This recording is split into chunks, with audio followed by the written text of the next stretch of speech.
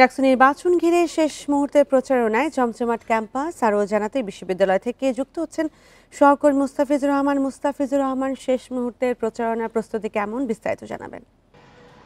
দেখুন, রাজশাহী বিশ্ববিদ্যালয় অর্থাৎ ডাকসু নির্বাচনের প্রচারণা আজকেই শেষ দিন। অর্থাৎ শিক্ষার্থী যারা প্রার্থীরা রয়েছেন রাজশাহী বিশ্ববিদ্যালয়ের যে 11টি প্যানেল এবার ডাকসু নির্বাচনে অংশগ্রহণ করছে, প্রত্যেকটি প্যানেল থেকে শুরু করে যারা স্বতন্ত্র প্রার্থী প্রত্যেকে ব্যস্ত সময় পার করছেন, কারণ হাতে সময় নেই বললেই চলে। অর্থাৎ আজকে রাতেই নির্বাচনী প্রচারণা বন্ধ হয়ে যাবে।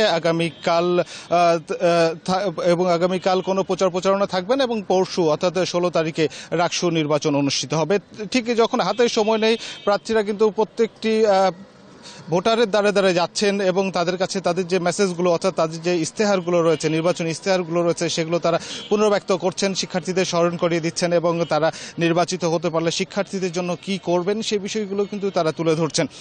এখন পর্যন্ত আমরা দেখেছি যে রাজশাহী বিশ্ববিদ্যালয়ের প্রত্যেকটি প্যানেলের প্রত্যেকটি প্রার্থী কিন্তু নিজেদের যে শ্রেষ্ঠত্ব সেটি প্রমাণ করার চেষ্টা করছেন। সেখানে ছাত্রদল থেকে শুরু করে ছাত্র শিবির এমনকি যারা স্বতন্ত্রভাবে প্রতিদ্বন্দ্বিতা করছেন প্রত্যেকের অবস্থান থেকে আমরা যখন কথা বলেছি তাদের সঙ্গে, তাদের যে আত্মবিশ্বাস এবং তারা প্রত্যেকেই জয়ের ব্যাপারে আশাবাদী এবং প্রত্যেকেই বলছেন যে তারা যে প্রচারণা চালাচ্ছেন সেটা ডিপার্টমেন্টে থেকে শুরু করে হল পর্যন্ত, এবং শুধু রাজশাহী বিশ্ববিদ্যালয়ের ক্যাম্পাসের ভিতরেই নয়, ক্যাম্পাসের বাইরেও যেই সমস্ত শিক্ষার্থীরা অবস্থান করেন তাদের কাছেও কিন্তু এই যে যারা প্রার্থীরা রয়েছেন তারা প্রচারণা চালাচ্ছেন এবং তারা বলছেন যে তারা সারা বেশ ভালো পাচ্ছেন। এবং এবার দীর্ঘ 35 বছর পর রাজশাহী বিশ্ববিদ্যালয়ের ডাকসু নির্বাচন অনুষ্ঠিত হতে যাচ্ছে এবং প্রত্যেকটি শিক্ষার্থীর কিন্তু কণ্ঠে একটি কথা দেখেছি, তারা বলেছেন বা বোঝানোর চেষ্টা করছেন যে তারা এবার ডাকসুর এমন একজন প্রতিনিধি নির্বাচন করতে চান যিনি ছাত্র বান্ধব হবেন, শুধু রাজনৈতিক উদ্দেশ্য বা রাজনৈতিক কোনো উদ্দেশ্যে কাজ করবেন ঠিক এমনটি নয়, তিনি ছাত্রদের জন্য কথা বলবেন, ছাত্রদের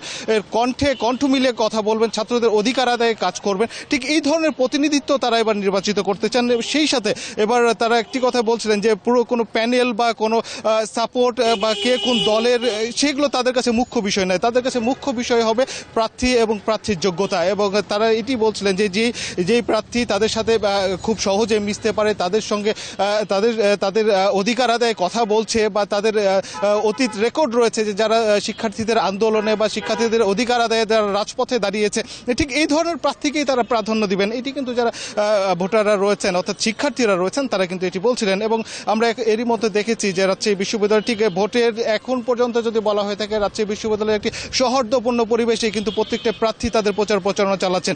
এখন পর্যন্ত কোনো প্রার্থী কিন্তু নির্বাচন কমিশনে কোনো প্রকার অভিযোগ করেনি যে কোনো প্রার্থী প্রচারণায় চালাতে গিয়ে প্রতিবন্ধকতার শিকার হচ্ছেন বা কোনো এক প্রার্থী অপর প্রার্থীকে কটূক্তি করেছে, এই ধরনের কোনো নজির কিন্তু এখন পর্যন্ত নেই। প্রত্যেকেই আমরা দেখেছি যে প্রত্যেক প্রার্থী যখন প্রচারণায় একাধিক প্রার্থী বা একাধিক প্যানেল আসছে, তারা অত্যন্ত সৌহার্দ্যপূর্ণ পরিবেশে যখন প্রচারণা চলছে। ডাকসু নির্বাচন নিয়ে জানাচ্ছিলেন সহকর্মী মুস্তাফিজুর রহমান।